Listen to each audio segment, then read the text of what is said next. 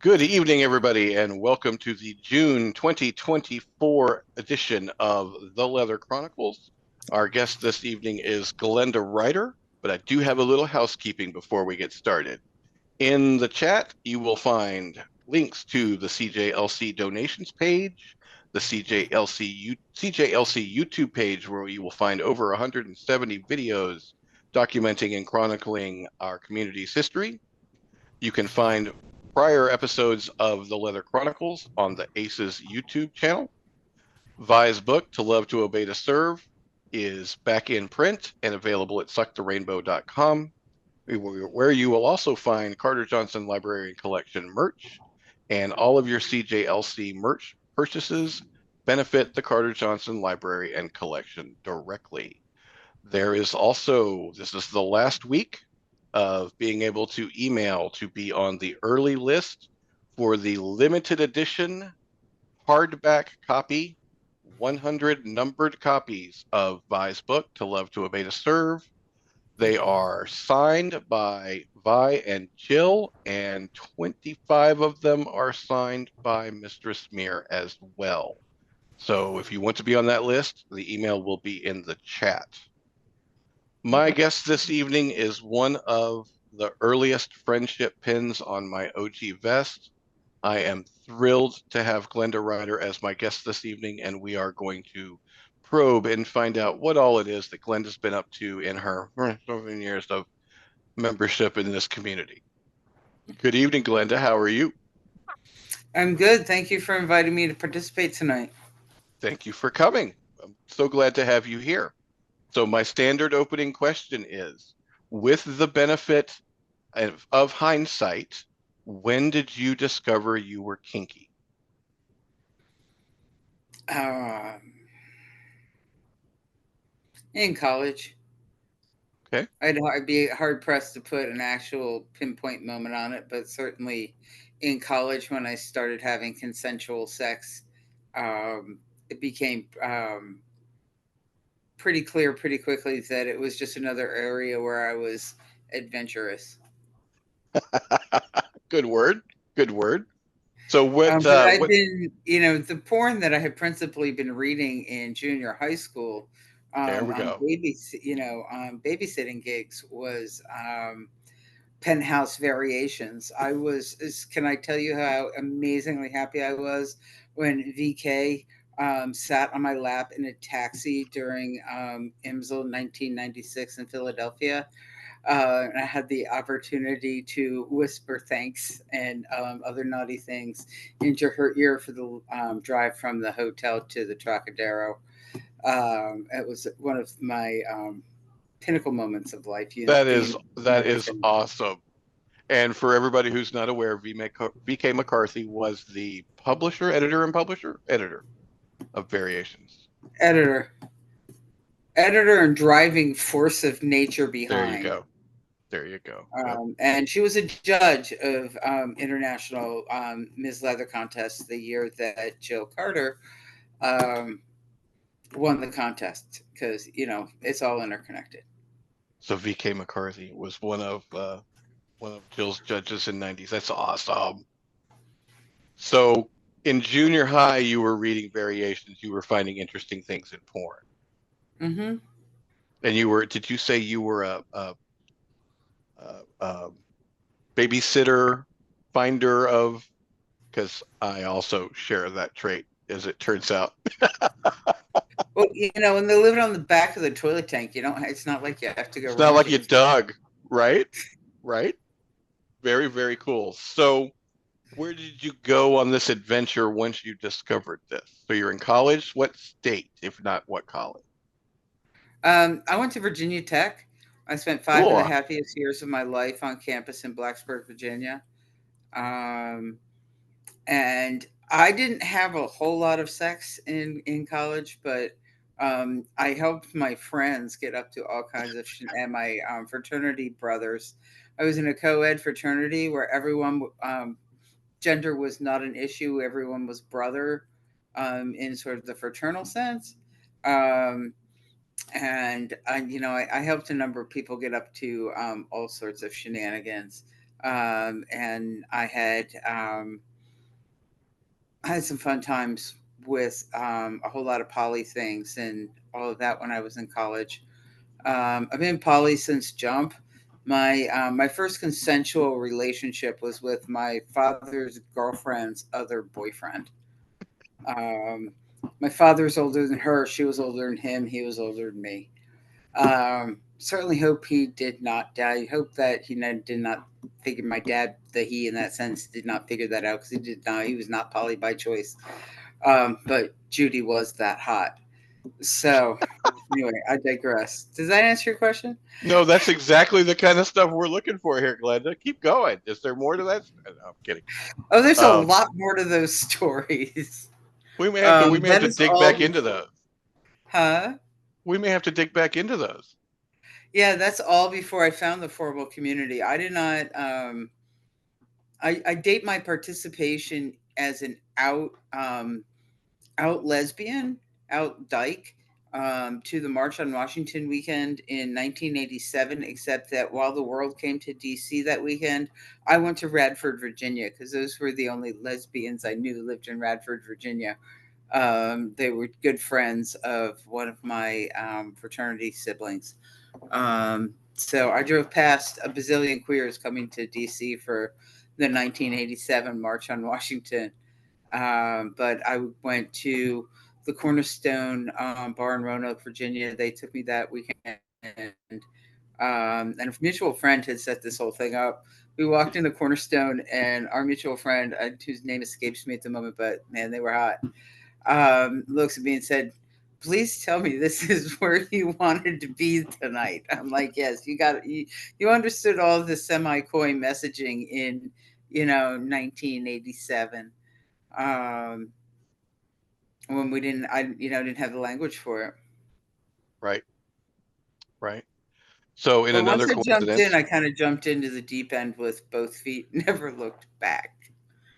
I spent quite a bit of time at Virginia Tech. I had a girlfriend that went there, so I am familiar with the campus and love the area. So I know where you were hanging out. It's a very cool, beautiful place.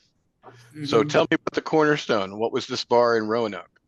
And what year was this that we It picked? was a lesbian bar in an old church. Um, Lesbian bar in an old church. I love it already. yeah, in 1987. And it was a fairly small church. It seemed pretty packed. um, I hadn't learned how to quickly head count a crowd yet. I wasn't an event producer yet. So I'm not really sure how many people were there that night, but there were more than 25, less than 250. A fair spread. A fair spread. So 87, you go to the March on Washington. No, I went to Roanoke, You no, Virginia. you went to Roanoke. I'm sorry. Yeah, I went to Roanoke and Radford. The rest of the world went to DC, not Right. me.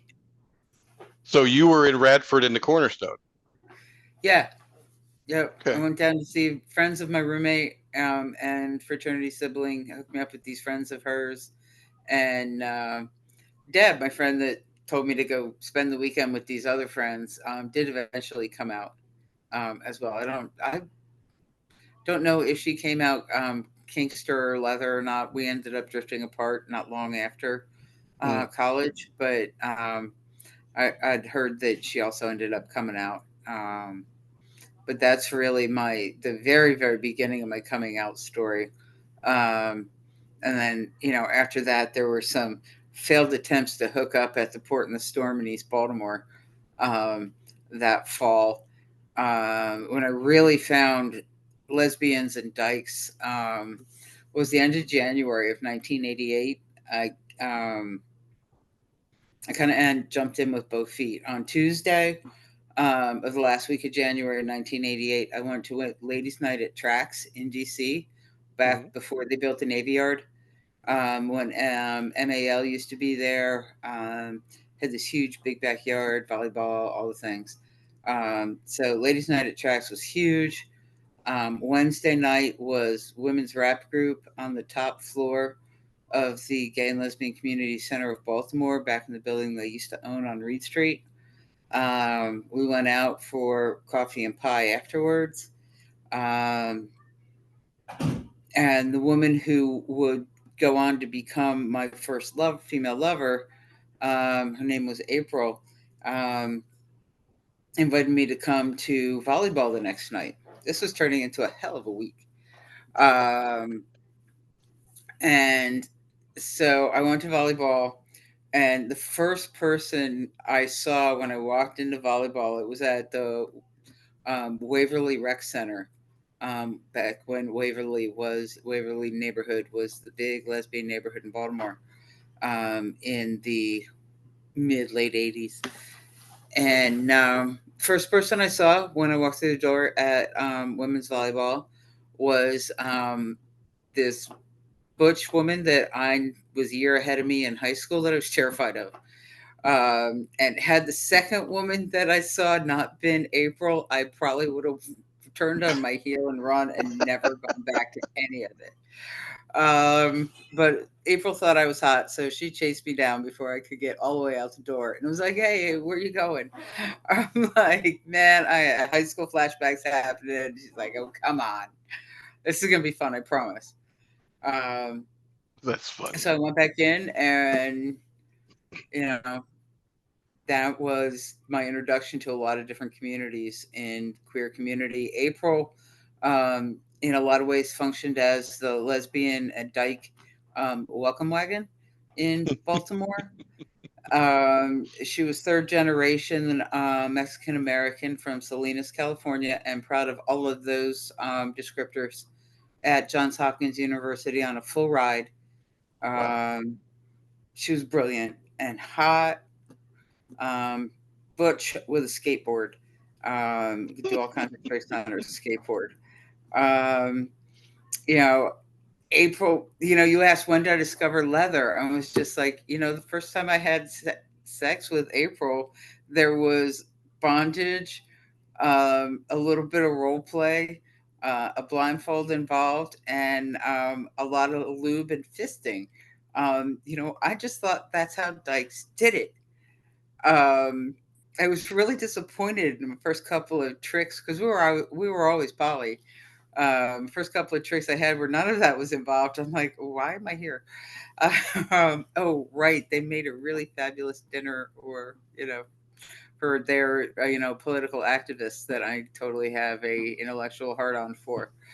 Um, but so April kind of created Glenda Rider TM. Some of my partners along the way have always said that the public persona, the community leader is Glenda Rider with a little trademark symbol afterwards, Glenda Rider TM. Um, the kids today, I think they would call it being on brand. Um, but that was kind of created back from the very beginning because April knew everybody. She'd been in town for 10 years trying to get her degree, but she was friends with everyone on the Baltimore Justice Campaign, which was the precursor Wow. to the Free State Justice Coalition, which is now Equality Maryland. Um, she knew everybody at the Gay and Lesbian Community Center of Baltimore. She knew the leather guys in Shipmates and Command. She knew everyone. Um, you know, she was a fantastic. She couldn't maintain a long-term relationship to save her life, but she was the perfect partner for me to start out with, and half of the reason how I went from coming out in January of '88 to being on the board of directors of the Gay and Lesbian Community Center of Baltimore by October. Okay. We're going to have to cover that part. So the rest Um, of that week was fabulous. So you're so there hanging in you go. Baltimore. This is post college? This is after you graduated? Yeah, after I left campus, I was on campus in Blacksburg from the fall of '81 um, through the summer of '86, 5 years. And then I went and finished. I have two degrees: a bachelor's degree in finance and a bachelor's degree in hotel and restaurant management. And that degree required a 9-hour capstone class. Um, and I chose to do my project at the Holiday Inn Key Largo. because I could literally do it anywhere I wanted. And I had friends that lived aboard a sailboat in the Florida Keys. I was their pet college student. Um, so I went and spent a full season living in the Florida Keys and finishing my degree there. Um, and at the end of the season, I made a couple of really strategic life saving decisions. Um, and left a situation that was going to get me in a whole lot of trouble if I stayed in the Keys a moment longer. And I moved back to the mainland, and very shortly thereafter, moved back to Baltimore, um, and started to figure out where I was going to go professionally. I thought I was going in the restaurant business. I had a fabulous job in the restaurant business. Um, just before the market crash in 1987. And it happened to be downstairs from a Merrill Lynch office in one of the Baltimore suburbs at the time. And I literally got my first real job post college from teasing a guy that worked at upstairs at the Merrill Lynch office, teasing him every time he came into coffee about the crash, because I have always been somewhat skeptical of late stage capitalism. Um, so he finally one day he's like, "Why are you selling me coffee when you clearly, could do my job?" So we had a chat, and I didn't realize at the time that there was a bounty on my head, because there was a significant referral recruitment bonus Mm. to be had. Um, and when I looked that out, I'm like, dude, why would I go into the financial planning investment business right now? The market just crashed. He's like, exactly. It's only going to go up from here. Right. I'm like, oh, yeah, I got a point. Well, when you put So it like that, you put it like that. Um, so yeah, but the reason that I had the amazing job um, in the cafe that got me the job at Merrill Lynch was a woman that was, leather community adjacent, queer community, political fundraising adjacent, had gotten me that job because, you know, she thought I was cute. She fell in love with her girlfriend the summer I thought I was falling in love with her. She was like, "Oh, there, you cute little dykeling. Here, go on this path. Keep yourself busy."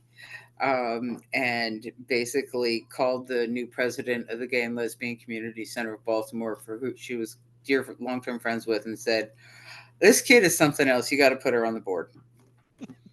And that really is how that happened. all right. So that's big step one, pretty much. So tell us about being on the board. What happens here? Um, well, being on the board of was concurrently. I started on the gay as a board member at large at the Gay and Lesbian Community Center of Baltimore, which, I don't know what they call it now. It was a variety of different names. I think it ended up as the Pride Center of Maryland. Um, started as member at large, ended up being treasurer. Um, should have learned that, really should have learned that lesson in 1990, that I had to learn again in 2013. Now that I think about it, really should have learned that lesson long ago.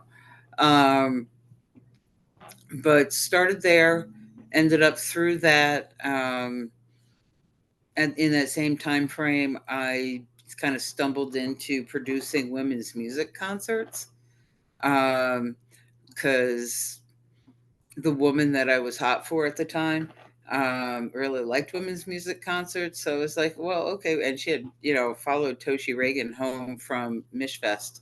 Um, so I was like, okay, well, seems like a fun group of people. I can do this.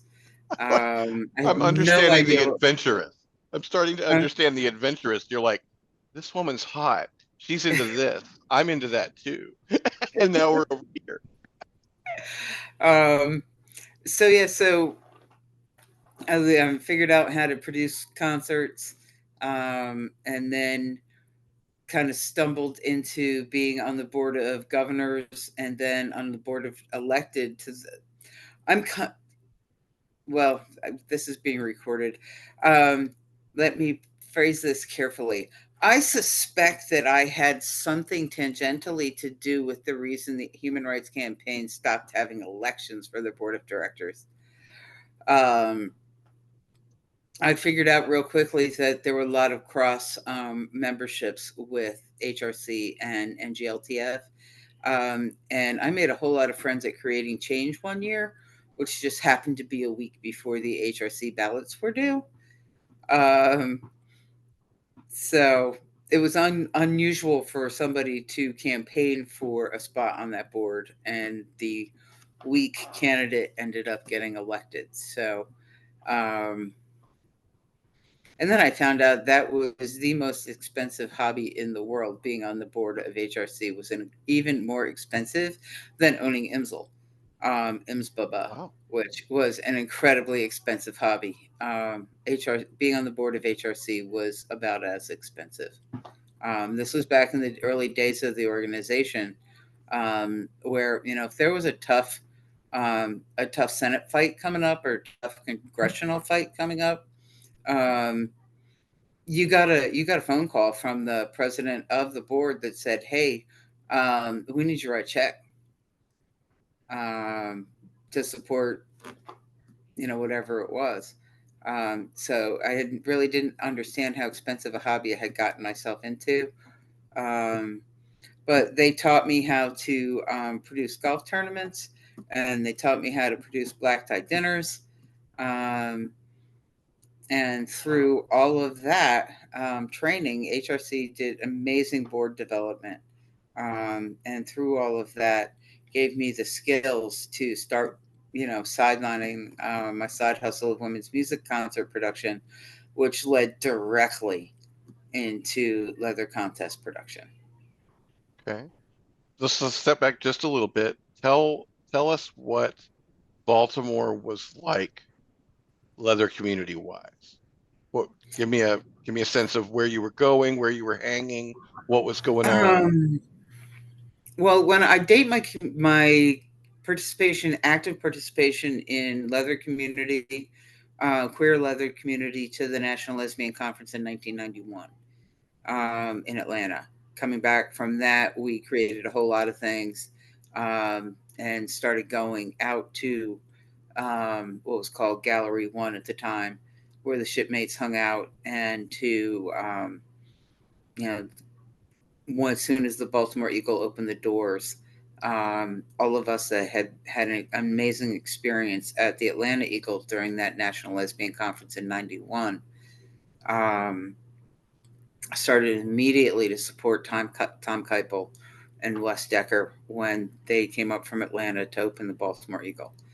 Um, you know, Wes's experience with Kay Hallinger, who was International Miss Leather, um, ooh, 90.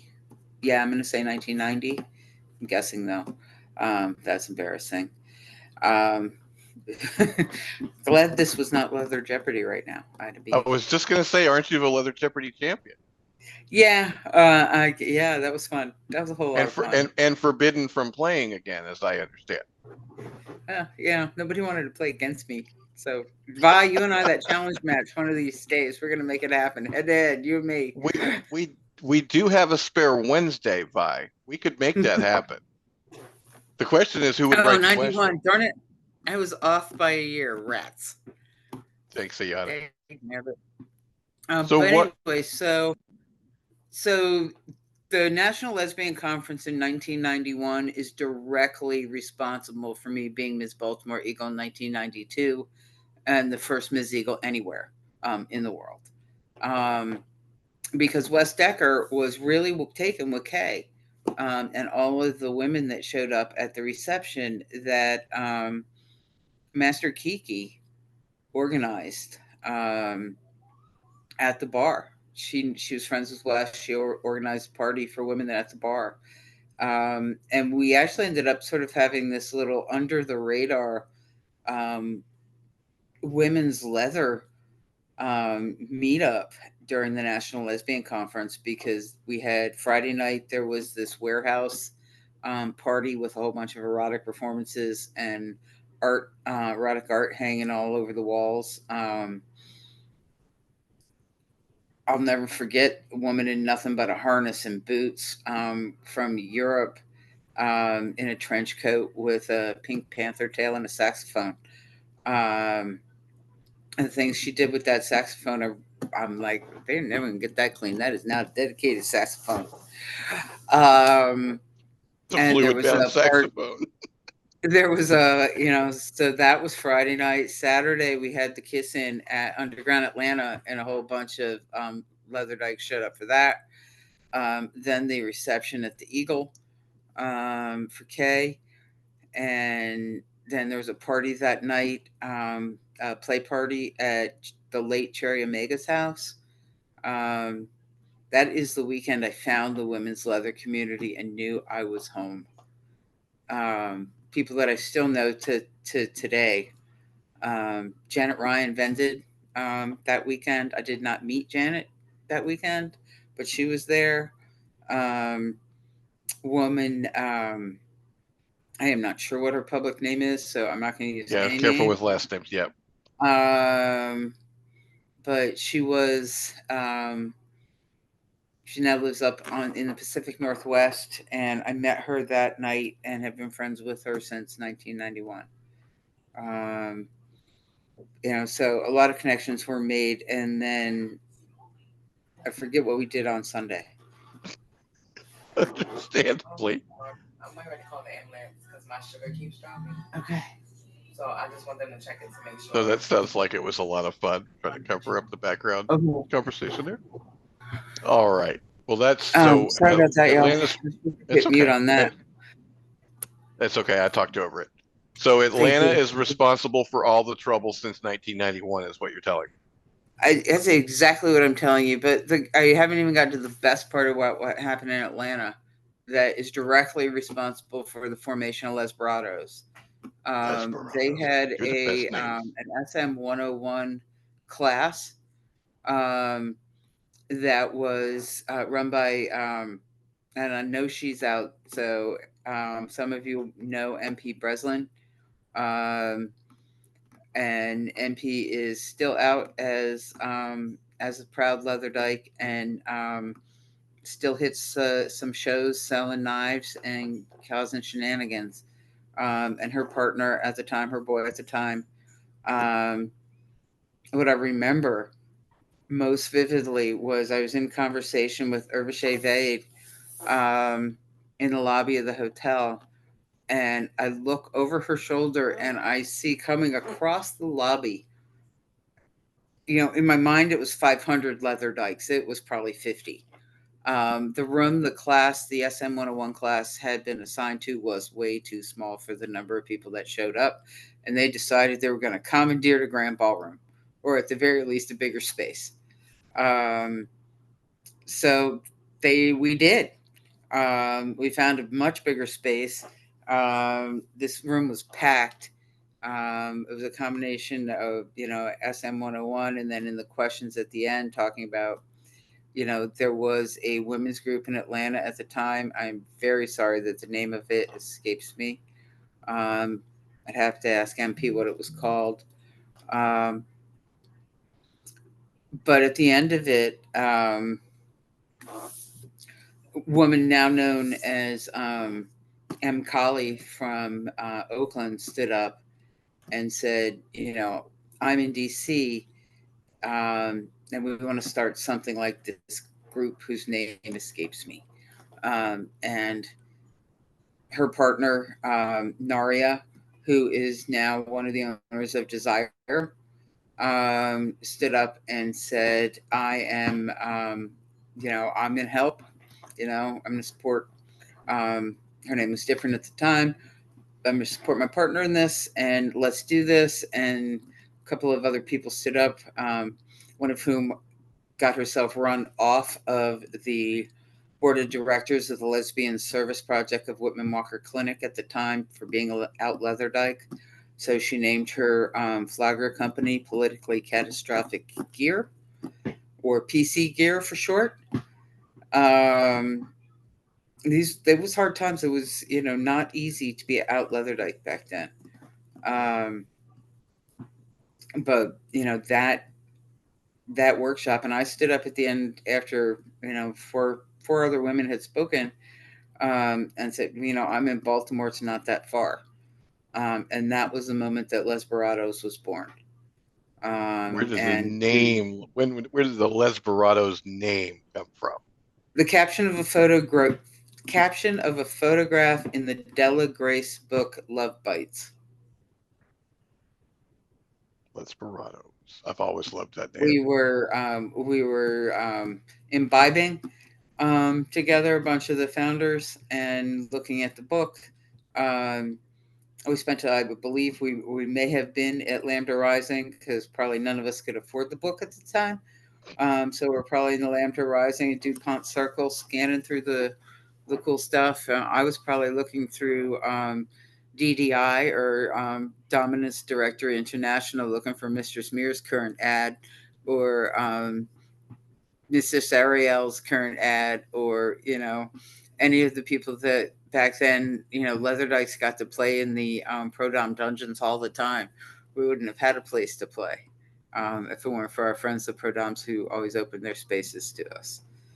For the folks that have no idea what you're talking about as a directory, could you just hit a little bit on what you're talking about and how connecting and meeting people worked at this point in time? Oh God, this, all right. So here's the stage. It is 1991, people. We don't have cell phones. You're lucky No, the internet. You're lucky if you figured out how to make the voicemail offered to you by, the phone company work. I'm finding the youngest person in the room to make my VCR stop flashing at me all the darn time. There is, trying to do when Sarah Humble ran for American Leather Woman in 1994, I remember trying to splice the music together was like, we might as well be, an Apollo moon project, trying to figure out how to, we did not, MySpace didn't exist yet. Okay. There was no internet yet. There were a couple of people, I think, I might be wrong, I'm talking, this is 1991, I think there were IRC chats going. The CompuServe people might have already been up and running at that point. People were still finding each other in the back of, TESS, Eulenspiegel Society in New York. People in New York are finding the pansexual group in the back of the Village Voice. We were trying to convince lesbian Leatherdyke organizations were fighting the battles, trying to get the women's bookstores to carry flyers for our organizations, because they were seen by more than a tiny slice of the lesbian community as propagating violence by the very nature of our existence, propagating violence against women and imitating the patriarchy. Can you tell from my affect just how tired I was of hearing that? A little bit. In the mid 90s. I did not go to Mishfest the year that that leaflets were dropped from the plane in the Great Sex Wars. I went a little bit after that. But there was a whole lot of craziness going on in terms of not necessarily Leatherdykes not being accepted not only by leather men. There were a whole lot of battles on that front yet to be won in the 1992 when Tom Keipel made history by agreeing to let Wes Decker start the Miss Baltimore Eagle contest. There were a large number of eagle bars in the country in 1992 that wouldn't have let me in, even with my sash on. There were international Ms. Leathers that were not let into leather bars back in those days. It's a lot less prevalent now, but. So 91, Atlanta, Lesberados is birthed as a concept. So you go back to Baltimore? The nexus was DC. Okay. I drove down from Baltimore. We first started, we met every week. My mother and my grandmother made snacks for my women's support group. Um, Your women's support group. yeah, my mother's, my mother was thought, I was doing some kind of consciousness raising thing like the 70s. Well, you were. Um, yeah, totally. And, my grandmother is, she was the first generation born on the, in this country of a big Italian family. So, of course, she was going to send me with snacks. So I drove down every week, and then we went to every other week because every week was just a little bit much. A little too But much. Les Verados lasted until it blew apart in some real dyke drama right after the March on Washington in 1993. So tell me what Les Barados was and what you did. What was the what did you do? Well, let's see. We went to play parties together. We instigated play parties. We had educational meetings. We brought in a lot of prodoms to teach us how to do stuff. Um, we had a lot of parties in spaces. Jack McGeorge, the late Jack McGeorge, let us use his amazing basement on a regular basis for during the Les Barados days. We spent a lot of time. We went up to Philly a lot. We went up to New York to visit with the lesbian sex mafia. Um,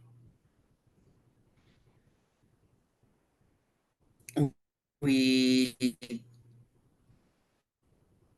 we didn't do any bar nights at that point. We did do a party at Phase One for the March on Washington in '93. We did a reception at Phase One, which was a women's bar in DC. Um, So we that socialized a lot. We socialized a lot together. okay. Um, we taught each other You've and kind mentioned of felt prodoms, our way along a lot, kind of making it up as we went. right? That's what groundbreakers do, right? You've mentioned prodoms several times. How important were prodoms to the community at that point in time? um, Vital. We wouldn't have had a place to play without them, and we wouldn't have had,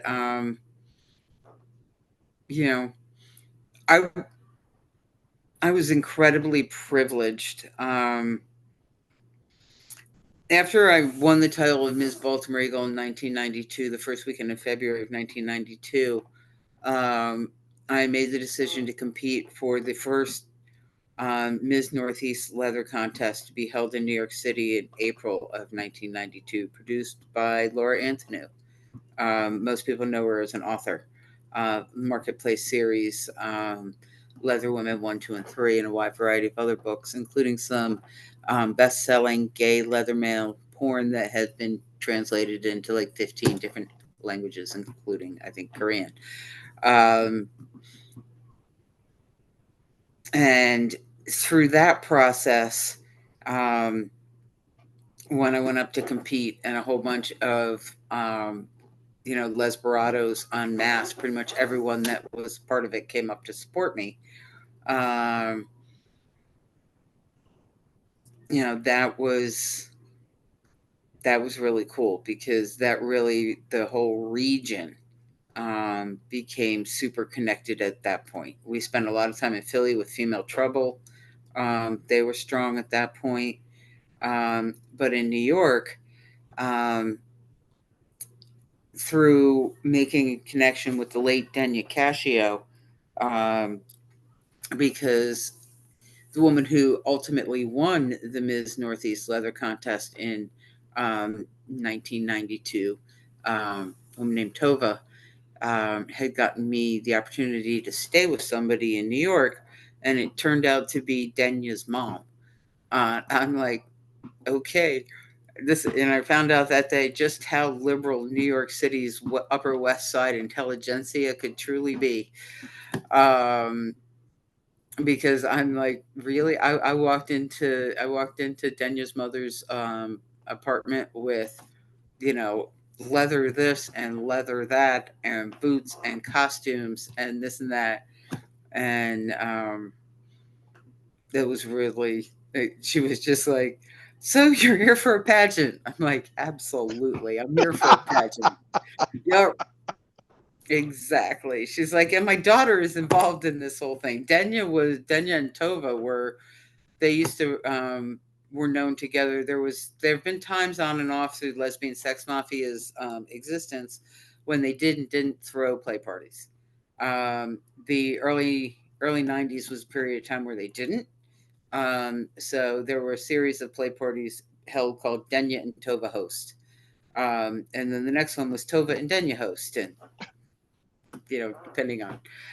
But Denya decided to take me on as her project, and really created the top she'd always wanted, the butch top that she'd always wanted. And I was privileged to become, in a lot of ways, the New York City A-list class project of 1992-93.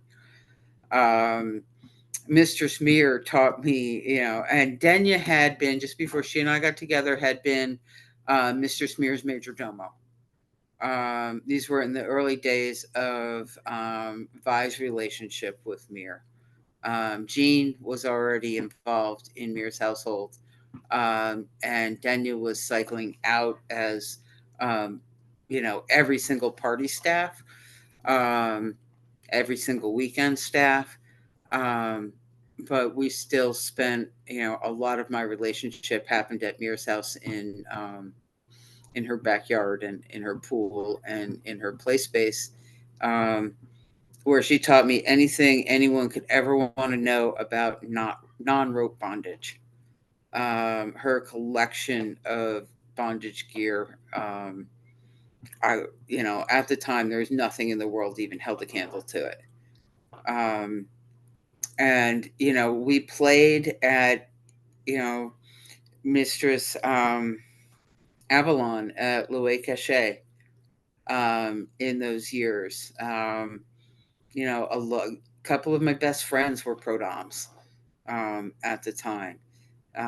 So there were a lot of semi-public and pretty private parties where we learned from each other and had some really amazing experiences in the spaces in New York City and in in Northern Virginia and in Philadelphia and LA.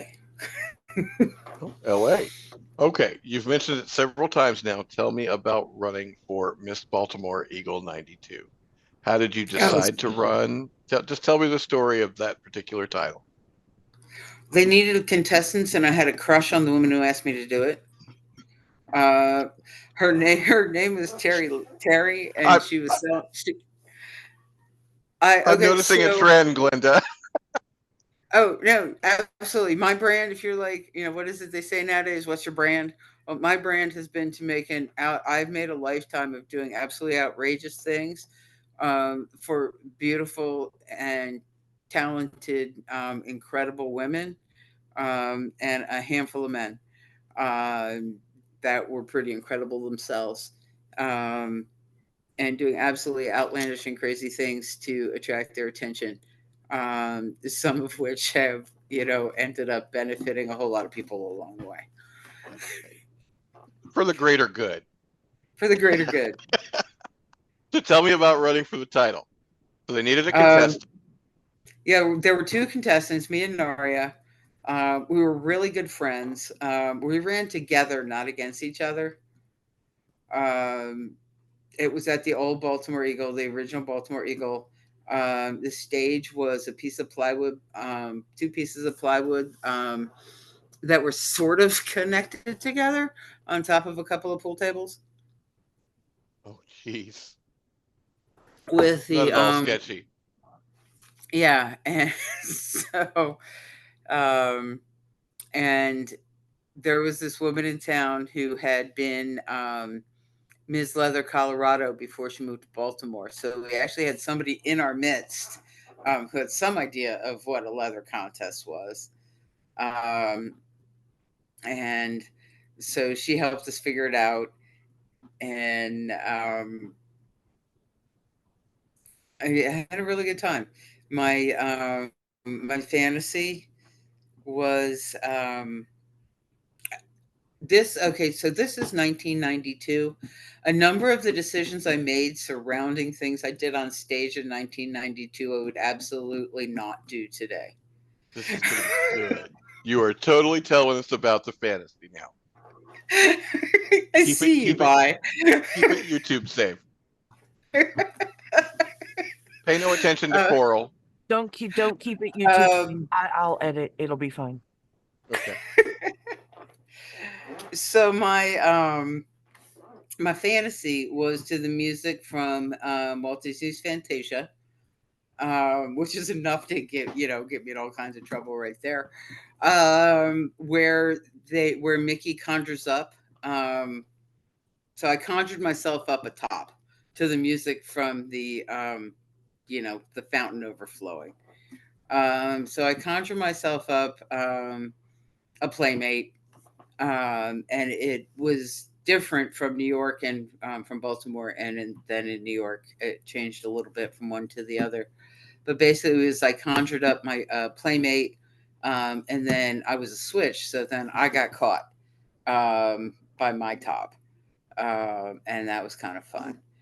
So that's what the fantasy was in Baltimore. And when I did it in New York, I rented a full-on Merlin's cape for the contest with the big wizard hat and all. That was fun. And Sarah Humble was my playmate for that. And then I don't remember the formal wear I wore in Baltimore. But the formal wear I wore in New York for Northeast Leather was a combination of several different Eastern European ranking officers' uniforms. Oh, cool. And I would not. That's a decision I would make differently today, looking at how that all turned out. Right. And the interview was, ask me a question, I'm happy to answer it. It's the trouble I have is being succinct. Right. Do you remember any of your judges? I don't. Fair. Really don't. That's okay. Can you contrast title holders then and then along the way up till now? Has it changed, and how? There's a lot more of them. Certainly. There weren't nearly as many titles back in the early 90s. I think it's a wonderful thing that we have a lot more opportunity to gather the groups together. People. I'm asked, do I think, do we still need leather contests? Is a question that's frequently asked.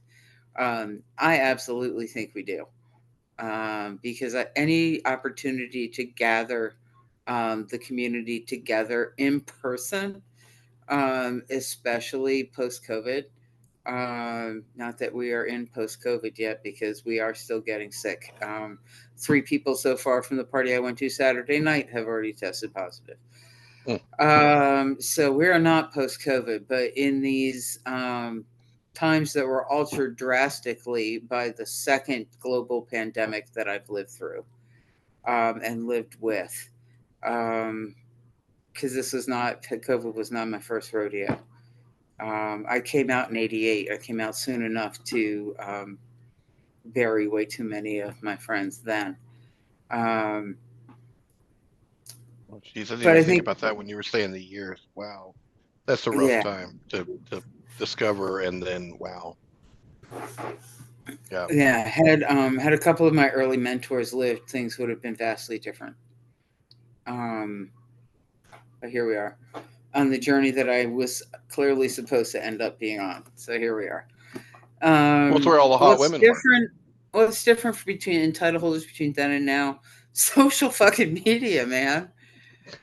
Okay, you know, I made some very poor decisions in my past. There's a couple of Polaroids. It's not living Um, forever in infamy on the internet now. yeah, you know, I just intense. Um, you know, I when in International Miss Leather, International Miss Boot Black Gen 3, when Tomo and Sharon and Rhonda and myself made the decision to open a Imsel Imsbaba Facebook account.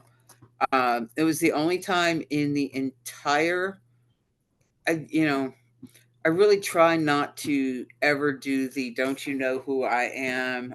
You know, hey, this is my place. This is my event. You know, I really try not to be that kind of a jerk. Um, but the only time in pretty much the entirety of Gen 3 where it came down to Glenda's the owner was when nobody else wanted to go on Facebook. You're like, you own the thing. It's your job. Get on there. Um, You be the public face. That's exactly. funny. So, you know, and that was maybe 2009. No, okay. Because I was with my partner who was in law school at the time. She was in her first year of law school.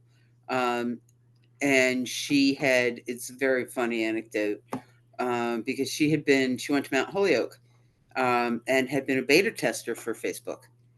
I dropped her off at school one morning.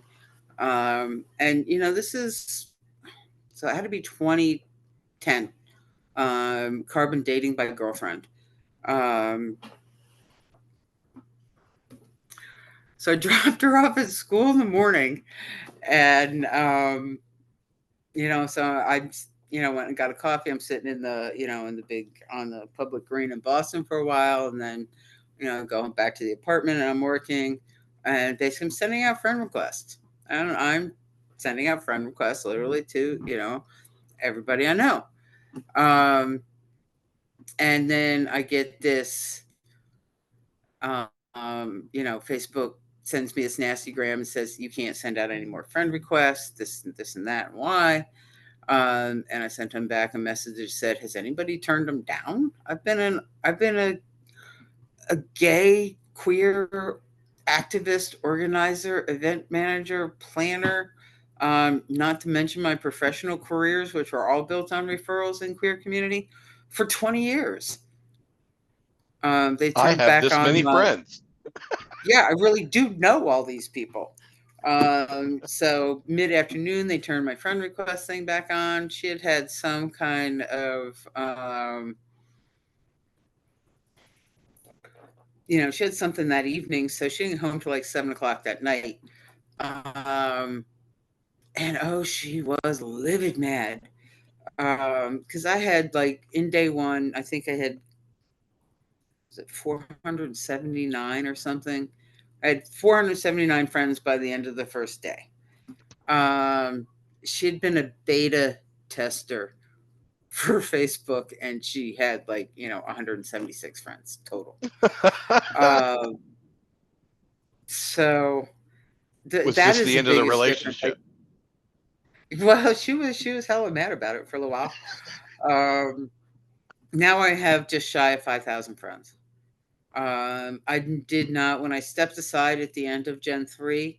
Um, I didn't go through and take out when, you know, when I was the public face of a very large international event. I accepted every friend request that wasn't clearly a psycho. Right. Um, so Well, and you know, we're getting ahead of ourselves. Let's go back to 93-ish oh, and okay, continue. sorry. Yeah, we got ahead. No, no, you're I'm on. very bad at being linear. No, no, no, no. We're on Gen 3. We need to go back to towards Gen 1 and come up here. So 93, you've got Les Barados has started and cooled. So what are we doing now? You're still in Baltimore. Okay, well, Desperados split apart in a fiery death to become the first iteration of Samazons and Fist. Naria and her partner Callie co-founded Samazons, and myself and Sarah Humble and Colleen Kerrigan and a number of other people. There were a big handful of us founded Fist. There are a number of people who have founder status that were not there at the beginning. But there were about 10 or 11 of us sitting in the DC Eagle. We had originally the original name for the group we had tossed around being Capital Punishment, but decided that at the end of the day, we're going to get tired of having the death penalty conversation. So we decided not to do that, and we decided to go with Fist, and then we had to back into what was it going to mean, because we couldn't use. Everybody's always like, what does Fist mean? We couldn't use the T for trouble, because a female trouble in Philly was really well established, and it would have been rude. So that's how we ended up being Females Investigating Sexual Terrain. We came up with Fist and then had to back into oh my God, what is this going to mean? So, we've had all sorts of people say all sorts of racy things through the years as to what does it mean, but that's how we ended up. We came up with Fist long before we came up with what were the words that made up Fist going to be. That's fantastic. And anybody who has ever watched the walkthrough video of the CJLC has seen Fist, which we had out just at just the Eclipse party as well. We did. That was fun. It rode through more than one Baltimore Pride parade in the back of pickup truck. I remember one time I was using it as basically as a stabilization piece, because I was flogging somebody as we came down the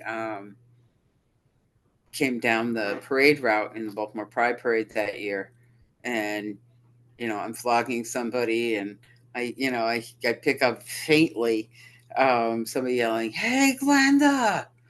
from one of the windows along the parade route, and turned out it was Amelia, who is the woman that now runs the Clifton Pleasure Club, whose board I serve on, maybe 15 years later, from when we used that fist in the Pride Parade, and it got a good story to go with it. Very cool. Very cool. All right. Well, let's continue forward from Fist, which I have to comment that all of your group names are fantastic. Perfect imagination for group names. So keep bringing us forward. 93 Fist. Where do we go from there? The early years of Fist, we did some fun things. We had one camping event on this women's land down in Virginia. It went horribly poorly. It was a whole lot of fun. I remember when Denya and I got together, she was a native New Yorker, and she had looked at me at one point and said that she would follow me anywhere as long as there was pavement. And I managed to convince her to read some of her erotica fireside in the Virginia mountains. She looked at me and she's like, this was after we'd broken up. She's like, I never would have done this for you when we were together.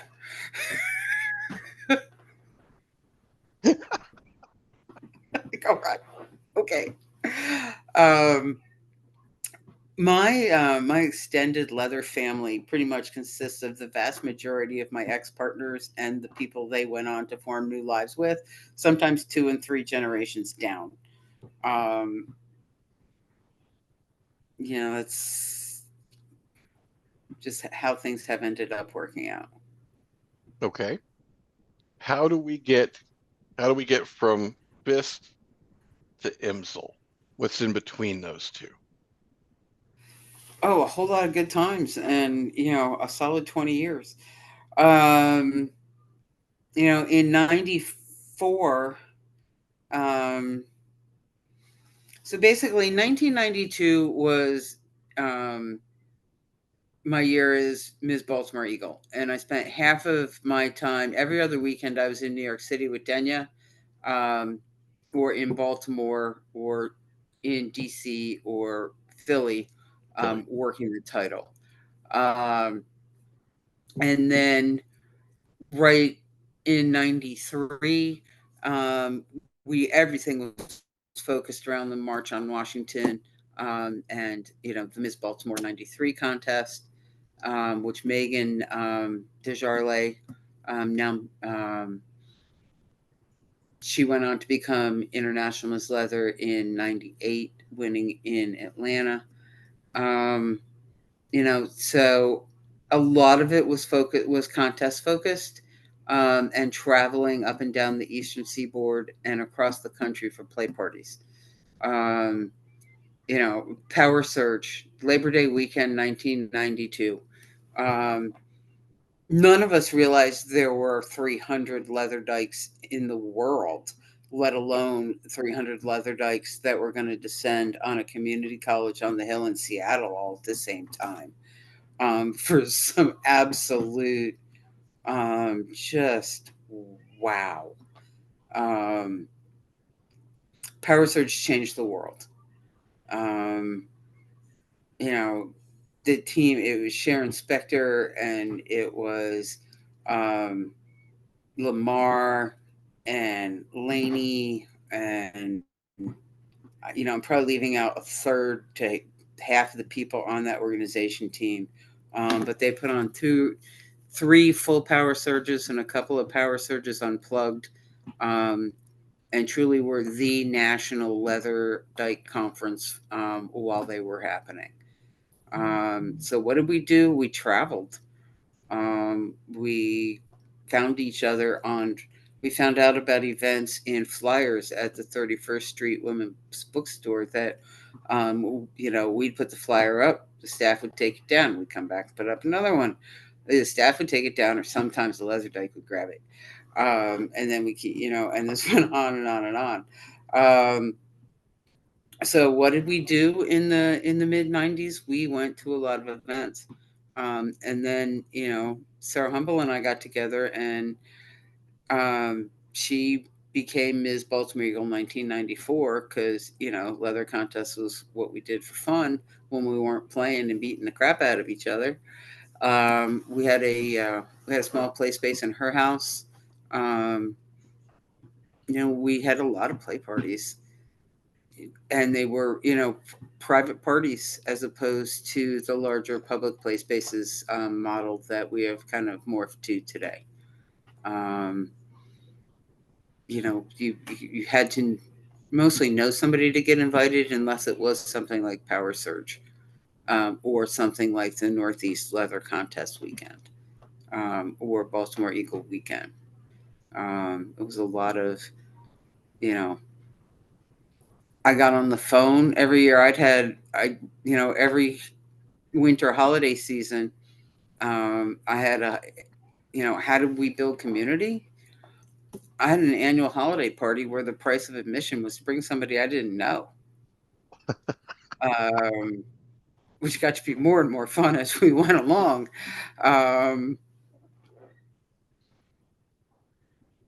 I would be remiss if I didn't ask you for your perspective on the 93 March on Washington.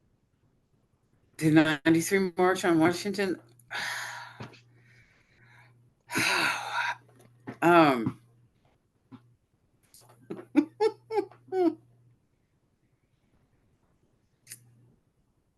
Life-changing, community altering.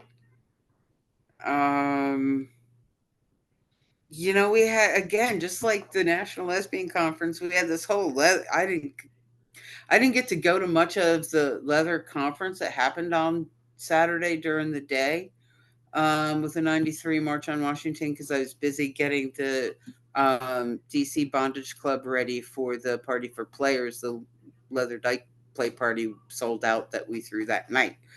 But we had a whole leather conference right under their nose. of the mainstream gay community that didn't necessarily super thrilled that we were as involved as we were in the 93 march, because we were pretty loud. What did I spend the March on Washington in 93 doing? In hindsight, I'm real glad that I didn't step into the circle when we were waiting on the mall. I don't think anybody cross-contaminated that day, but again, in the if hindsight was 2020, things I wouldn't do again. I don't know that the whip circle on the mall with many participants was the best decision we all made. There was a lot of adrenaline fueling our decisions that day. I spent I spent part of the March on Washington watching Phoenix do a spiderweb cutting on Sarah under a tree across the street from the mall. That was a pretty amazing moment of the event.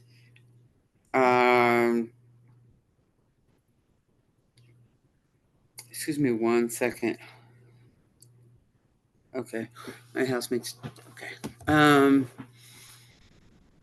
The party, we almost caused the ceiling to collapse because during the play party Saturday night, the two slings got synchronized at one point, and we nearly pulled the ceiling out of the bondage club.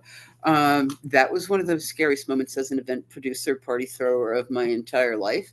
When I was 75 people that don't identify as male on the second floor, very rickety walk up in DC, and the ceiling looks like it's about to come in on our heads. That was a moment. No doubt.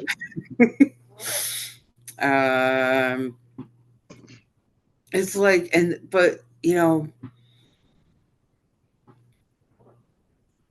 am I glad that there is no footage of me in any of the radical right movies taken the day at the March on Washington that I know of, breaking one of the March on Washington protest sticks over Sarah's butt? As far as I know, nobody caught that on camera. I'm really, I was on the board of HRC at the time. It would have been very awkward because there were a couple of people on our board and staff that said really stupid things to the radical religious right cameras that day. But as far as I know, none of our shenanigans were included. Was it one of the most amazing days of my life? Absolutely. At one point after we didn't end up marching that far because we missed our spot in the line because we were all busy in the whip circle, and then we finally did get in the line because they did finally let us in. So we just sort of walked in this big sort of circle and then ended up sitting back down on the mall, Washington Monument some with the folks from Philadelphia, with the female trouble folks. And there was some shenanigating happen. There was some shenanigans on the mall after the fact. There was a whole lot of cuddle piles, but there was this feeling of camaraderie and oneness, and that there were all these people there for the same reason. That it wasn't okay to tell us we had to stay in the closet anymore. A lot of lives were changed that day. A lot of relationships were formed that day. There were a couple of ugly breakups came out of that day. It was amazing. Thank you. So moving forward, I've got a couple of comments here. We're not supposed to forget about Leather Leadership Conference. That happened a little bit later. That was more like I would say like 95. I want to say 95, 9. Yeah. So remember back to me saying Sarah, my partner at the time, became the first American leather woman in 94. And John Weiss, the founder of Leather Leadership Conference up in New York, kept having the conference the same weekend as American Brotherhood Weekend. And I kept giving him a whole ration of crap about it. I'm like, come on, John. ABW's been going a lot longer than LLC. Switch your weekend. There's a whole bunch of us that want to do both. There's a bunch of us that are, we're really passionate about what it is you're doing. We think it's amazing what you're doing with Leather Leadership Conference. Basically, he'd taken the short version is he took the Creating Change model for a community grassroots organizing skills building conference from NGLTF, National Gay and Lesbian Task Force, and brought it to the leather and kink communities. We was a conference that taught you how to throw a leather event without getting busted. We were the conference that taught people how to teach adults. Basically we, taught I remember a class on how to put together a CV as a presenter. It was how to basically, we had classes on how to lobby your city council so that your play space doesn't get shut down. It also was about the same time that the National Coalition for Sexual Freedom was being founded. There was really, honestly, something in the water in New York City in the mid 90s. And I was thrilled to spend as much time. I think, I think it was in the omelets at Florent. I think I think it was some of the spicing in the food at Florent, because so much got created in the mid 90s. And part of it is that it was the advent of the internet. It was the Len Dworkin created the SM Act activist and SM org for event organizers message boards on the internet. There was the Leather Dykes group on AOL. But so much came out of New York City. Susan Wright founded the National Coalition for Sexual Freedom right at the same time that John Weiss was founding Leather Leadership Conference. And those two things together were one of the things that I truly believe took us from being a loose,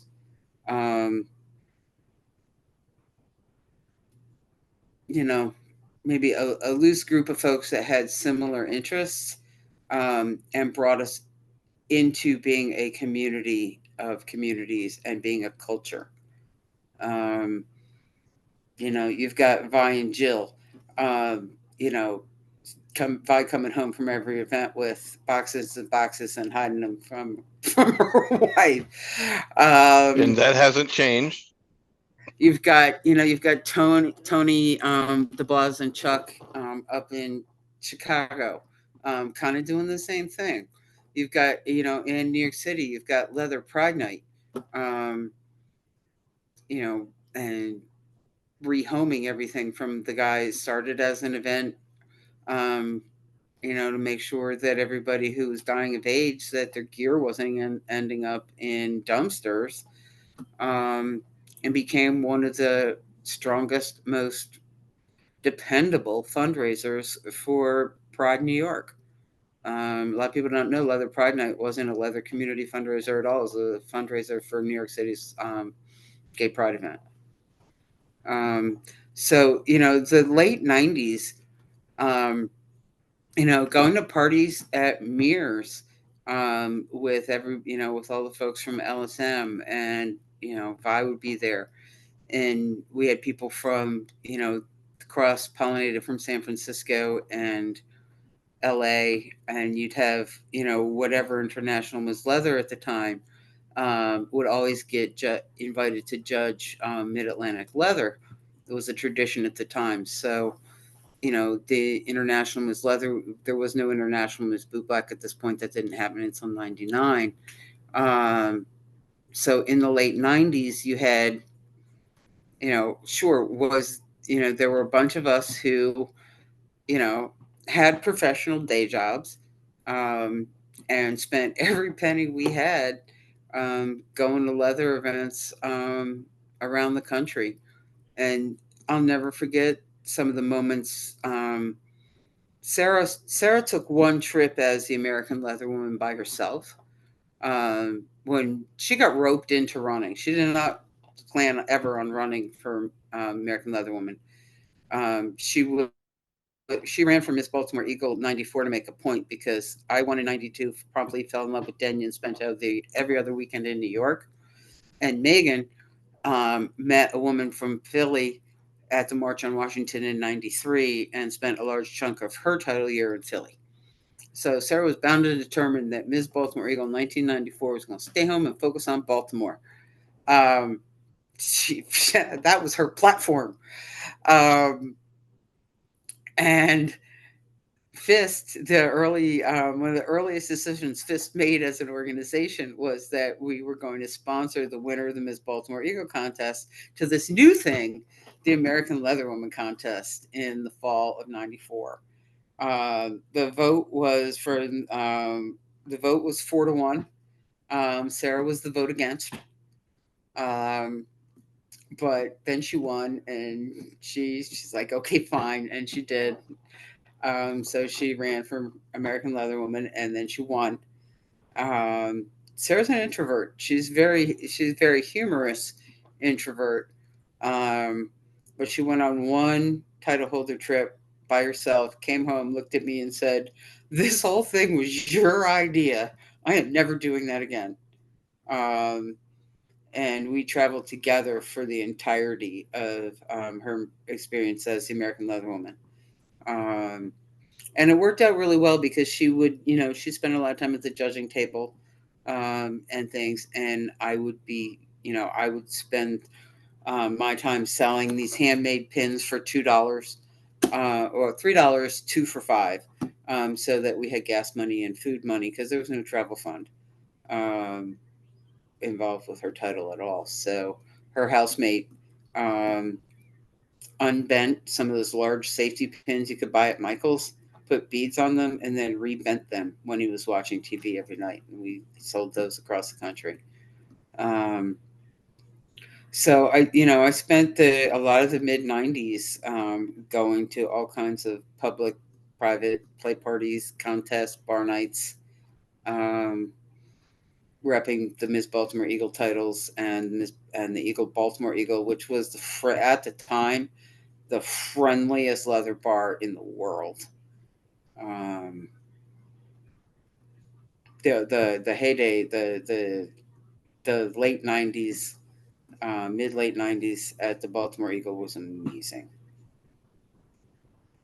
It's that whole area. There was just so much going on up there. I am so envious of everybody that was in all of those greater metropolitan areas and had so much going on. It had to have been amazing. So it really was. It was fun. I was just gonna say, we're about 5 minutes from when we would normally do questions, and I sense that you're about halfway through. Well, we're in 1995, so not even. So, in the next 15 minutes, can you cover the rest, or are we going to do part 2? I vote for part 2. Vi votes for part 2. Shar votes for part 2. Okay, maybe let me third, fourth, or fifth that. All right. So we're 95. Sarah and I are off playing American Leather Woman. I'm busting John Weiss's chops about always having the Leather Leadership Conference the same weekend as American Leatherhood Brotherhood weekend. Sarah and I are on our way home from IML. We went to IML a lot back then. It wasn't quite as outrageously expensive in comparative terms as it is now. It was still feasible in the '90s to go to IML. To go to IML, yeah. Man, I could never do that today. But on the way home from IML, I stopped. We stopped one of the fabulous huge truck stops on I-70 because that's just fun. And I had a message from John, and I called him back, and he's like, "So you clearly have a passion for LLC because you just won't stop busting my chops about it." Though he used different words. I don't remember what they were, but that was the gist of the conversation. He's like, "Do you want to be on the board?" I was like, "I would love to. Can we change the date?" He's like, "Yes." Right. I said, I can't say yes if it's going to be the same weekend as American Brotherhood weekend. He's like, "Yes, fine." So John put together a really fabulous board from all corners of the leather community. There were people from pansexual kink world to leather dykes. Not everybody was white. Graylin Thornton from San Francisco was he hadn't been retired from being international Mr. Drummer all that long at that point. So Graylin was on that board. And we built it, and they came. People were really interested, and people came together to really. You had classes on best practice. What's working in your town? How are you dealing with the cops in your city? And there was a lot of cross pollination between Leather Leadership Conference and NCSF, National Coalition for Sexual Freedom, formed its first elected board not too long after that, a little bit later in the 90s.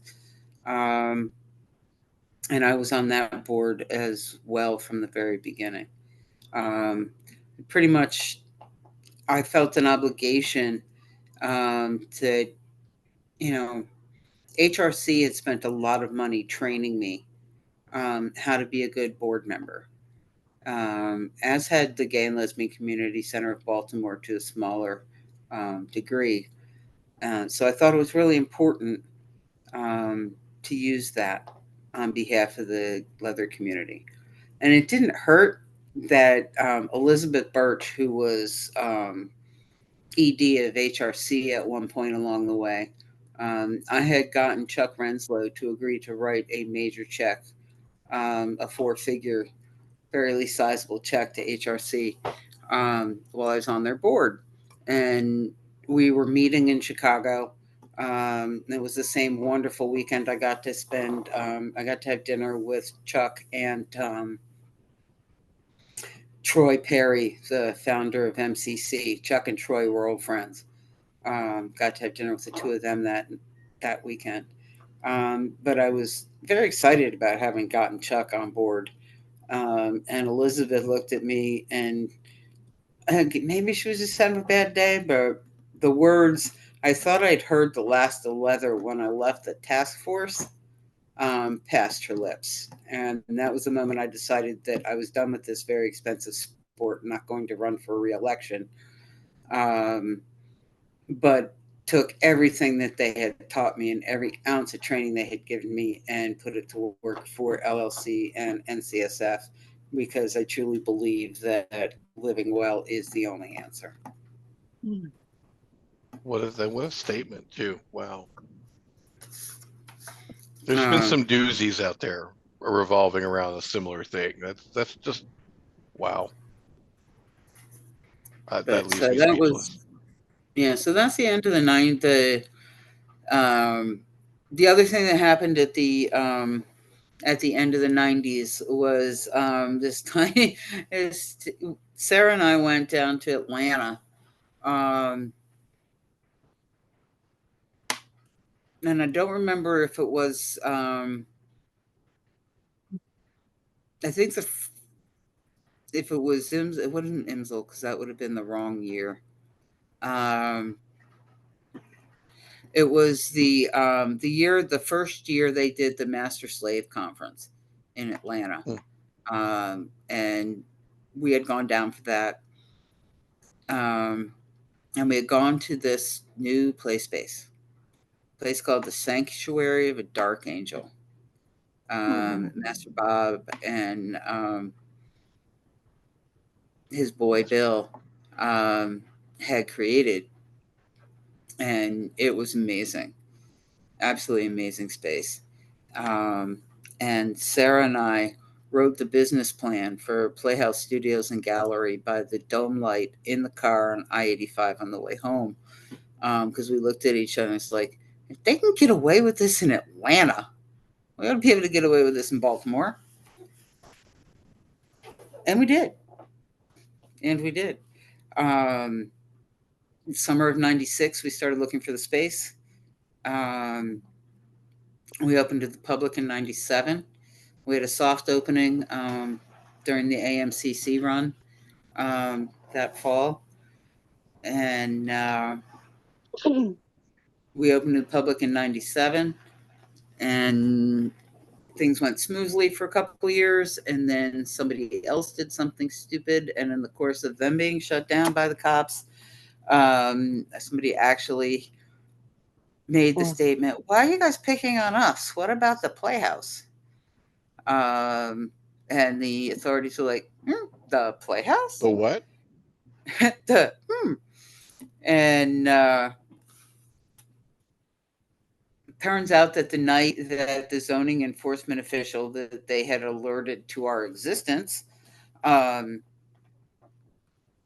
night he was at our club, and now they had shut down the Phoenix Society with, 5 cop cars and all the things. They did a big public raid of the other space. And when zoning guy tried to do the same in our space, there was a quintuple homicide in Baltimore City that night. So there weren't any police available to come raid us. And it was, so that's how we didn't end up meeting the same fate of, having a whole bunch of cops show up in a really ugly outcome because they were too busy that night.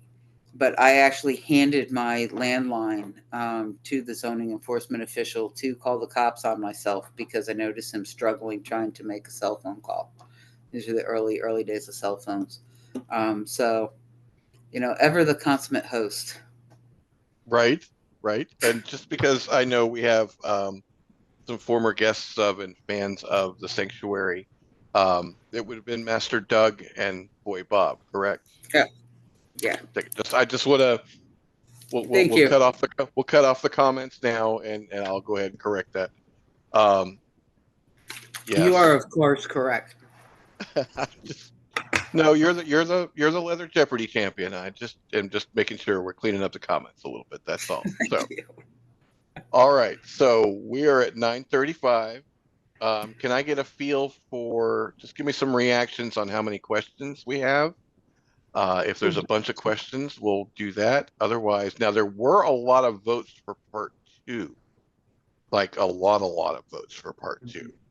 And you would be in good company because the only other person I roped into part 2 live on the show was Jill Carter. So you're in good company there.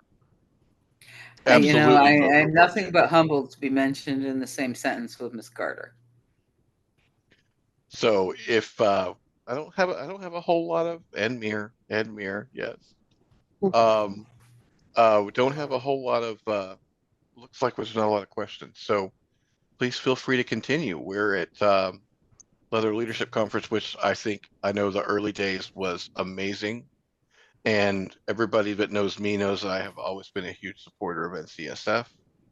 So I am a fan of your work. And I hadn't met you yet at this point either. So yeah.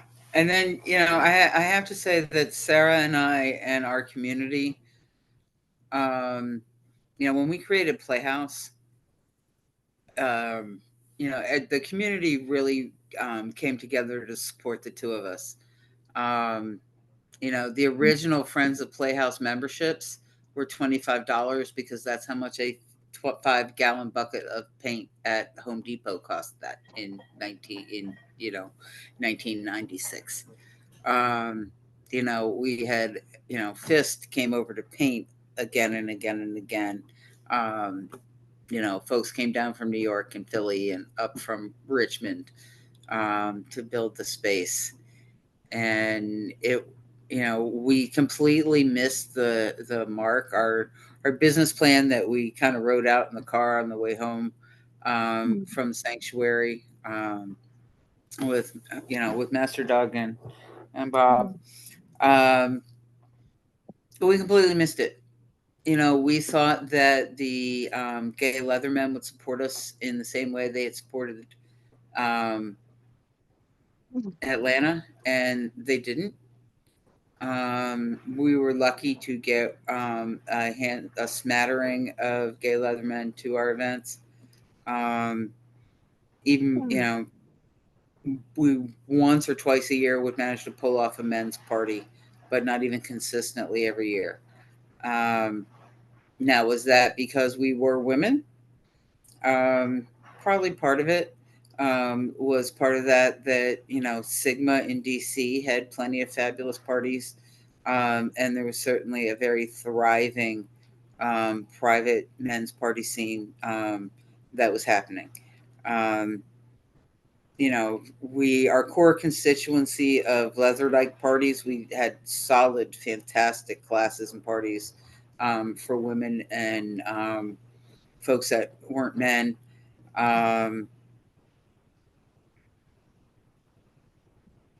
I haven't done a presentation in so long that I really have no idea at this moment in time what the current language is to describe the parties. That the attendees haven't changed since the early 90s. The exact same folks attend, but the gender language that describes the people that are in attendance has changed regularly every 5 to 7 years. And I admit to being a little behind and overwhelmed with life being life right now. And am not currently up on what the appropriate language is for some of this stuff. So I apologize in advance. Don't mean to offend anyone. There was a time where there was actually some backlash because all of our, pretty much most of the parties that have organized have, if it was a women's party, it was for women and women and non-binary and trans folk who still identify with the women's community. And at one point, like somewhere in the mid 2000s, I remember getting, there was a whole pushback that the number of the men's parties were saying that because trans folks could come to the women's parties, that there was no reason to let the trans men come to the men's parties because they're still welcome at the women's parties. Trying to figure all of this out on the fly as our community has evolved has been very, very interesting. Most of the time we let the folks in New York and LA figure out the language, and then we just ask them to use theirs. I'll be honest. The vast majority of Fist's language has mirrored LSM's language throughout every generation of the language changes. Yeah. There's that. It's definitely a challenge, that's for sure. I'm not even sure how I got on that topic. But talking about, Leather Leadership Conference and NCSF were sort of the serious, let's build community. Let's make it so that our parties aren't getting raided. Part of my activism. And then there was the make play happen piece. And that was where my passion really lies. The late Raylan Galena coined that term and gifted it to me and Sarah in the early days of Playhouse Studios and Gallery. And we've used it for a number of clubs, and it also has made appearances in International Miss Leather, International Miss Boot Black Gen 3, But just to clarify, which term? Make play happen. Make play happen. But they, once we opened Playhouse, we really, it was all about making play happen. Keeping the place filled, and continuing to, keep our work up in the community, so that,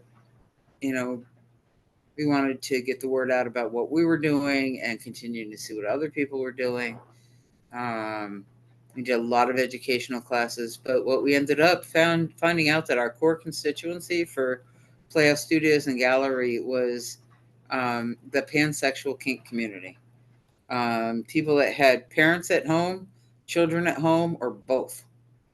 And then we realized, the gay men didn't need to come out to play space on a regular basis they didn't need to pay us $20 to come to Playhouse unless, they were meeting up with somebody that was in town or for some reason they wanted to come, because they'll have play spaces at home. The odds of, two gay Leathermen, taking care of elderly parents or raising children were simply not as high as for, two leather women, or the pansexual leaning heavily towards heterosexual demographics. So we figured it out pretty quick on why it was the way it was, and, played to our strength of, working with Black Rose and working with the Crucible. And there was a couple of, Bess, which was the Baltimore Educational and Social Society, which is a pansexual education group. But the end of the 90s and into, the really strongly through most of the 2000s, it was really focused on building Playhouse and building a Playhouse family, and taking the Playhouse brand national. Sarah and I had been, since the early days of our titles in the early 90s, were national educators, international educators technically, because, we ended up helping with a class when IMSL was in Toronto. And I also presented, no, that was in Ithaca, never mind. So, a lot of teaching, a lot of events through those years. Okay. We are at 9:45, and I am not going to skip a question session. So I am going to ask you to pause here. Okay. And everybody in the Zoom, I will beg Glenda to do part 2. I'm not going to force it here in live, so I'll ask offline. If you have questions, please raise your hand. Wolf, were there any that rolled by during the first hour and 45? Let me know. It looks like Shar is up for the first question. Yes, as living with Vi as long as I have at this point, I have heard quite a bit about being a butch lesbian at the time was something fairly unseen, and I would like to know more about that from your perspective.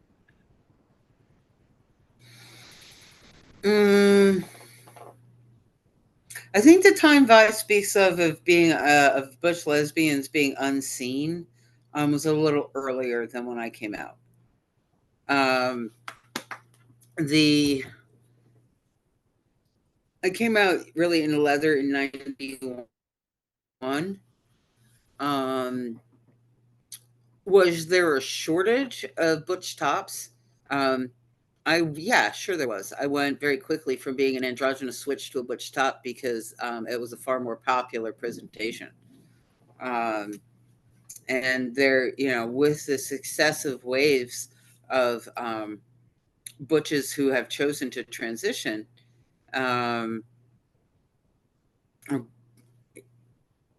I've chosen not to. I have chosen to spend my entire life walking through this journey as a out butch leather dyke. At this point being, I think I've gotten a handful of play dates from the rarity of being a butch leather dyke top. Certainly plays, has always played to my favor. Um,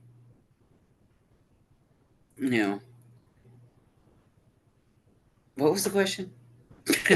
I'm sorry, I got distracted. I just wanted your perspective on being a butch leather dyke. I love being a butch leather dyke. I really, really, really do.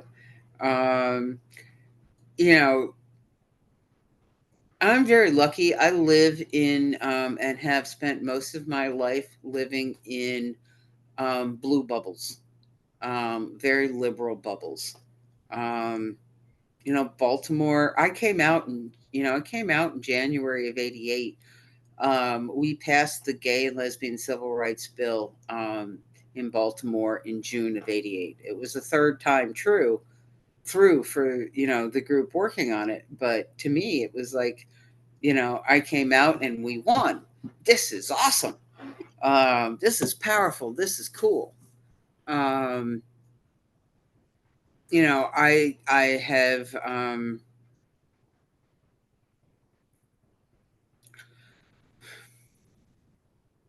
I don't read as come pick on me. I've been lucky enough to not be subjected to a lot of harassment through the years. Um, you know, Most of the time, if you were going to come for me, you were going to come for me because I was fat, not because I was butch. The general negative comments from society at large in my direction have usually run down the fat line as opposed to the butch line. But it has been interesting to watch successive generations of butches become guys. And it's a little weird. It's really weird. And I've had some really fantastic late night conversations with some of my friends. I'm like, okay, so there was this point in your life where you were the world's biggest separatist leather dyke butch, and now you are a flaming gay leather man. Can you explain this? How this happened? And I have had some amazing conversations with, at this point, probably 8 or 9 different people about this particular phenomena. And if I had the patience to get a doctoral degree, that would probably be my thesis. Because the stories have been fascinating. I would kill to be a fly on those walls.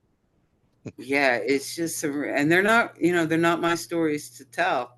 Unless it was to be in a more formalized fashion. But I really hope somebody decides to take on that project and tell those stories. Maybe somebody will be inspired tonight. Wolf? If there was a question, somebody wanted to re-ask when the Phoenix and the Playhouse were shut down. What year? Okay, so we opened in January of '97. We opened to the public in January '97. Would have been October of '98. Wow, so not very long. No, and then we did end up getting reopened.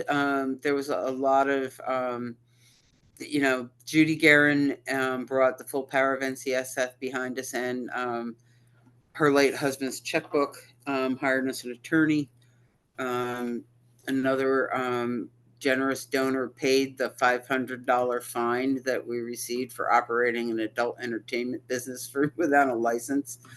Rather than us getting shut down by the cops, I got a phone call that following Monday morning from my landlord going, "Why did the zoning guy just give me a $500 ticket? What happened?" He used to dine out on stories about us all the time. He knew exactly what we were doing. He was a super cool landlord, thank God. Also never raised our rent. The rent at Baltimore, one of the reasons little known reason why Baltimore Playhouse, why Playhouse Studios and Gallery survived. Baltimore Playhouse is a completely different operation. But the reason that the one in Mount Vernon survived for as long as it did was our landlord found us so entertaining that he charged us $1,000 a month for 4,500 square feet of an end of group row house, brownstone, and never raised the rent Wow. until the building burned down in 2013. One We hell were of a still man. paying $1,000 a month for that space. That is how it survived. Right. Wow. Wow. Any other questions? I've seen a lot of head nodding and laughter. Surely there's a question buzzing around in that noggin for Glenda. Question: no, we have tripped over, fallen down, and stumbled all over memory and/or amnesia lane. Shared way too many secrets. As a matter of fact, somewhere in the closet, I still have the sweats that you painted me with when we were painting the walls at Playhouse. First, we were painting the wall, and then Glenda decided to paint me. And white I'm sure I did. yellow is not one of my best colors to just play, to the first party for Jill after she became IMSL. Not only was it a celebration of her becoming IMSL, it was our anniversary party. Way too many memories, way too many secrets. It's the easiest way to explain it. Well, I have loved having you on. Wolf has a question, and I'm betting it's the last one in the chat. Yes. The question has been posited. Have you always been the extrovert that you are? And then there's a second part to it. And what advice do you have regarding making friends in the rooms you have access to?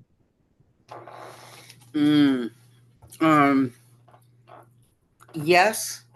I can't even spell the word shy. I have always been, I've always been, I will talk to anyone. I talked to the person I'm sitting next to on the plane, when I was 7. So yeah, I've always been extroverted.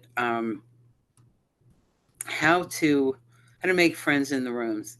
At a large event, always volunteer to work registration or security. Both of these gets you access to looking at people's name tags. So always volunteer when you're new to things. Volunteering is the fastest way to get to know people, because you will get some one-on-one time. Even if you're not sometimes you're at a security post all by yourself, rather than working a registration desk with a couple of people. But it gives you a reason it gives you a premise to interact. It, for me, as an extrovert, all I need is a glimmer of a premise, and we are off and running. But I think that it's important, for leather folks to talk each other up in the rooms that we're in, where our siblings are not. I think that piece, to me, that's part of why I identify as leather as opposed to any one of the other communities that I could choose to self-identify with based on the other things, that I'm interested in and identify with. But for me, the leather community has always been the place where I've chosen to self-identify because, we're a little bit more organized and intentional, about what we do. and I like that part. You know, I'm not gonna lie, the Tom of Finland look, the leather, the leather uniform, has always appealed to me. I've liked bad boys, and have aspired to be a bad boy my entire life. Um, it was always embarrassing to me that it was far more valedictorian material than bad boy material. It has always been a true disappointment to me. So I've done my best to at least have the bad boy affect. Though, now that I am 60 and have a whole head full of glitter, I have apparently morphed into everyone's favorite dirty uncle. So there we are. Glenda, I Um, see you as a bad boy. Amen. I was sitting here thinking, aspired? What? Wolf. One um, last question for you. It's kind of an odd question, they admit.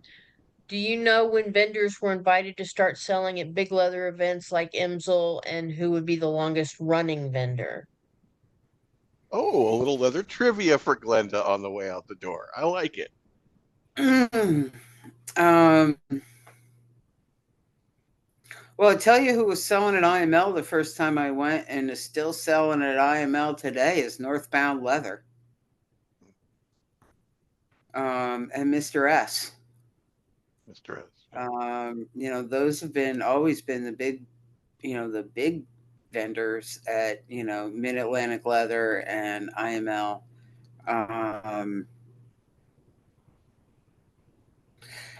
Gen 2 is, I don't really know much about the history of Gen 1 of International Men's Leather Weekend. Um,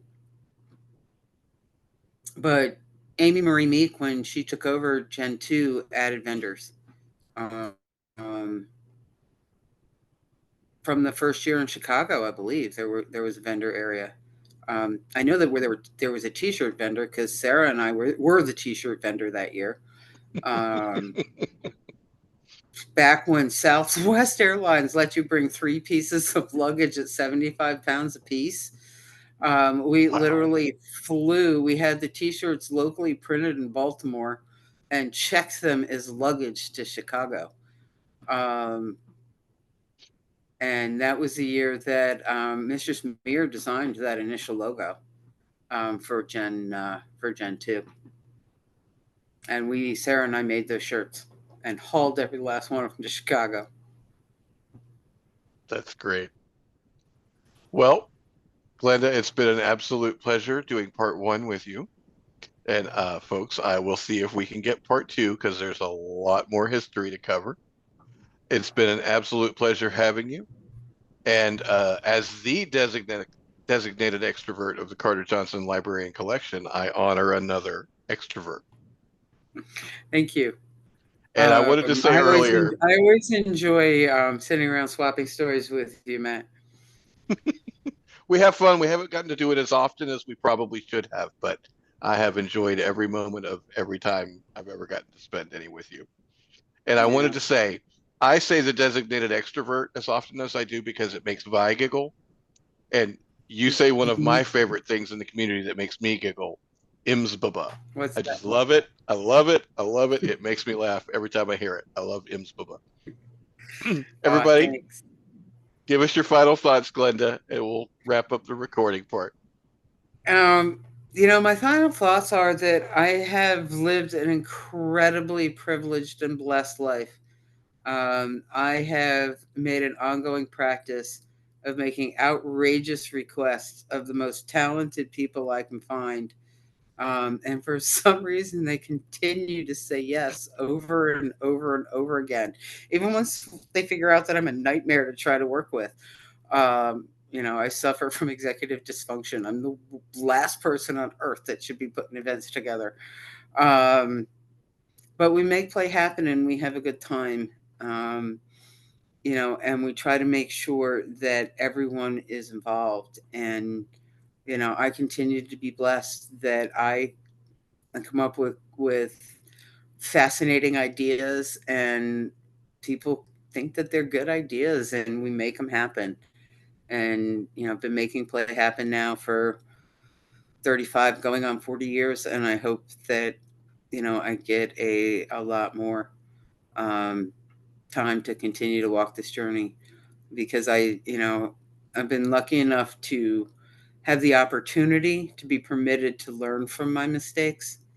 um, the only thing I really take sole credit for on any of this is the times that everyone has tried to stop me from making big mistakes. And I ran ahead and wouldn't listen to anybody.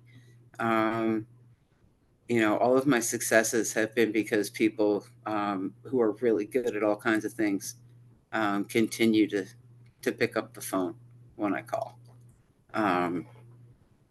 Or now, it's far more, you text me. Well, thank you, Glenda. This has been the Leather Chronicles for June 2024 with my guest, Glenda Rider. Thank you all for watching. Please hit like, share, and subscribe because it beats the algorithm.